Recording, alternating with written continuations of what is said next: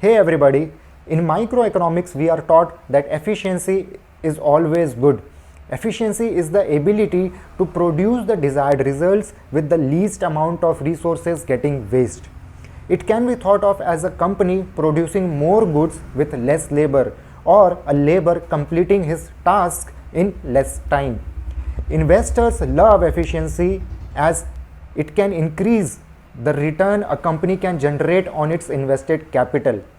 But what if I tell you that one of the most efficient companies in its industry went bankrupt? Efficiency is considered to be one of the biggest strengths, but what if that biggest strength is planting seeds for your downfall? In this video, we will look at how efficiency can be a superpower when done right and how it can quietly increase risk and destroy you. Let's first look at how efficiency can be a superpower. Efficiency is about putting resources where it generates most value. It is not a one-time thing. It improves over time through continuous learning. Investors love efficiency because it often shows up as higher ROC and better margins. And one of the companies that has grown to be highly efficient one and is loved by investors is Asian Paints. In the year 2025, the revenue that Asian Paints generated was 34,000 crores, and that of the next three players combined is just 21,000 crores. The ROC of Asian Paint is in upwards of 50%, whereas that of other three players ranges between 20% to 25%. Clearly, Asian Paints has huge advantage, and it is the efficiency that is giving such a huge advantage. But the question is how Asian Paints became one of the most efficient companies. Well, the simple answer is Asian Paint built one of the India's most efficient supply chain. In order to understand it deeply, let's break it into two parts. Let's understand the first part of efficiency. Asian Paints brought the changes at distributors and dealers levels because dealers play a very important role in consumers' decisions to choose paints among different brands. In 1960s and 70s, the paint companies used to sell their products to dealers at very thin margins but with long credit periods, sometimes even extending to 180 days. This tied up the capital of paint companies in the receivables, which in turn increased their working capital requirements. And thus, the paint business used to be a highly capital intensive business. That is when Asian Paints came up with a new program wherein a company would provide a discount of 3% to those dealers who pays the receivables back in 30 days. The company would also provide a discount of 5% if the dealers purchases the product with the upfront cash. This resulted into two things. First, the working capital cycle of Asian Paints decreased. Now, just to give a quantitative evidence, the working capital cycle of Asian Paints, which used to be over 100 days in the year 2000, decreased to just 5 days in the year 2015. This gave a massive boost to the cash flow generation ability of the company. Second, as dealers were getting more margins, they were much more inclined to sell the products of Asian Paints. This simultaneously boosted the sales of the company. Now again, to give the quantitative evidence, the revenue of the company grew at a compounded rate of 21% per annum from 1960 to 1980. And even today, the company continues to grow at a similar rate. So in this way, Asian Paints brought efficiency in managing its working capital. Now let's come to the second part of efficiency. This might blow your mind, but Asian Paints brought a supercomputer in the year 1974 when it was unheard of by many. Asian Paints was the first Indian company to acquire a supercomputer even before the institutions like ISRO. This revolutionary move allowed the company to operate more like a data-driven company. They didn't use supercomputer just as a back office computer, they use it for forecasting demand and improve logistics. After using it, the accuracy of forecasting demand went over 90%, and they started forecasting at a crazy granular level of size, color, geographic locations, and even festival seasons. Using such an accurate forecast, they further improved their logistics. They went on to building a system that would decide what to ship, to which dealer, in which truck, and how often. Over time, they gained such a high control over their logistics that they completely eliminated the middlemen like distributors and wholesalers. They would directly supply to their dealers. As a result, when a typical manufacturing company loses 30 to 35% of MRP as channel cost, Asian Paints did it with just 3%. This increased the margin of Asian Paints significantly. At the same time, dealers were happy too, as they were churning more volumes. What's more fascinating is that by now they have 50 plus years of proprietary data which they still use to drive product launches and tuning supply chain. As a result, Asian Paints command 50 to 60% of market share in decorative paints segment in India. So, a key lesson for investors is that efficiency can bring a competitive strength to a company, and if it reaches to such a high level that competitors are not able to copy it, it even may develop into a competitive advantage. But everything has limitations. So now let's shift our attention to when efficiency, if not done in the right way, can increase risks and lead to a disaster. To prove this point, let's look at a case study of Moser Baer India Limited. Moser Baer was established in the year 1983.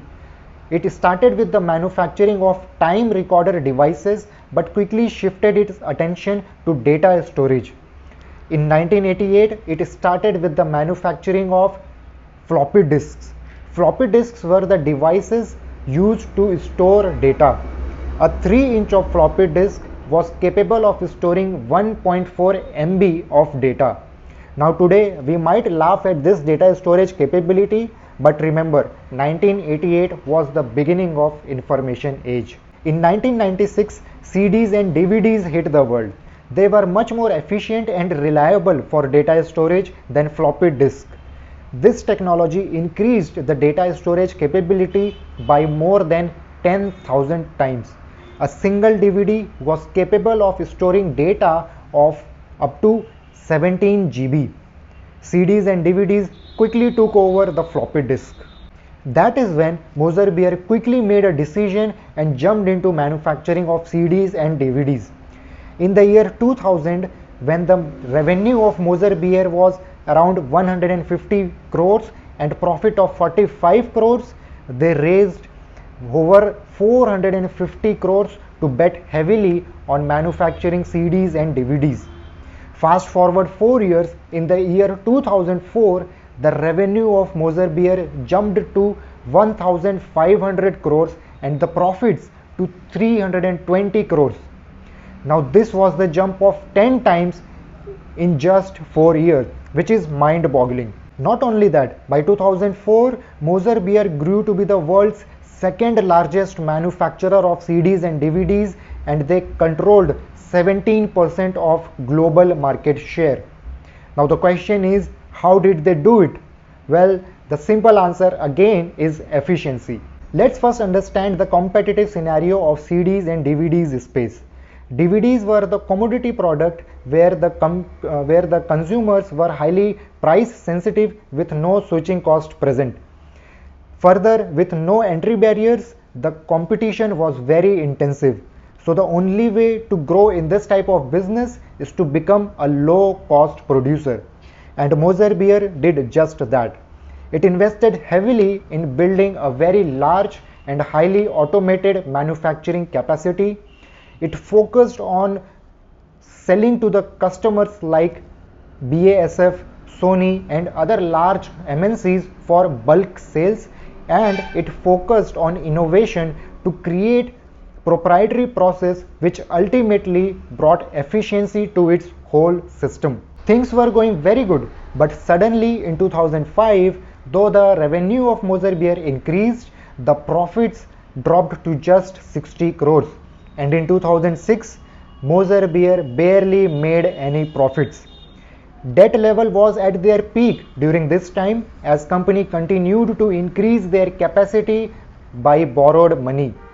Now, with no profits to serve debt, the company was on the brink of bankruptcy.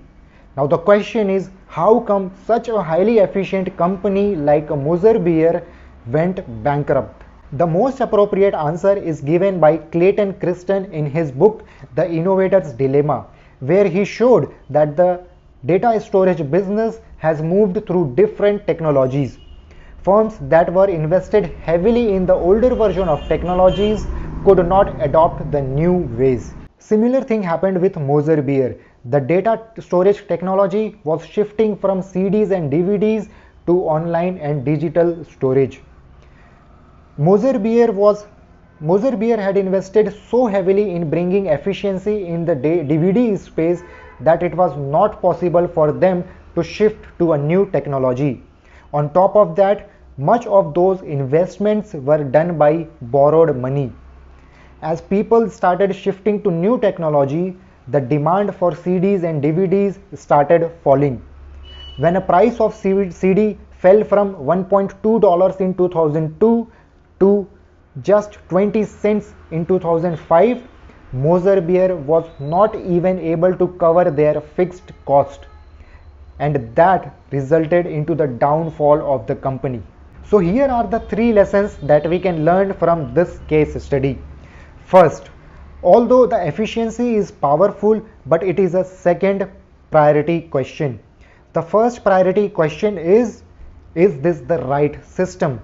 It means we need to look at the industry.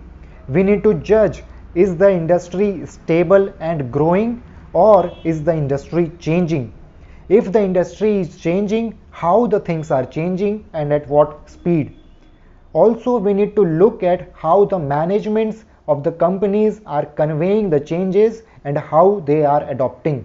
Second, efficiency loses optionality to change your mind. For example, to become very efficient at something, companies often specialize their plants and equipments around one particular product or one technology. They fine-tune their every process around one particular way of doing things. This locks up so much of capital into one particular technology that the freedom to move is compromised when the world moves elsewhere. And third, bringing efficiency with a borrowed money can be a disaster.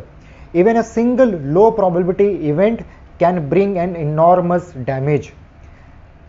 Leverage in a capital intensive business increases the fixed cost, which in turn reduces the flexibility to change. So, the next time you come across any investment opportunity, ask, is the business running efficiently? Is the business highly leveraged? Is the business leaving room in case of any change, or is everything tied to a one single bet? Finally, to end this video, our job as investors is to manage risks and recognizing possibilities of inadequate return or permanent loss of capital. That was it for today's video, and I hope this video has added some value to you. If you have learned something very valuable through this video, please hit the like button and subscribe to this channel for more such investment case studies. Thank you so much for watching. I will see you in the next video.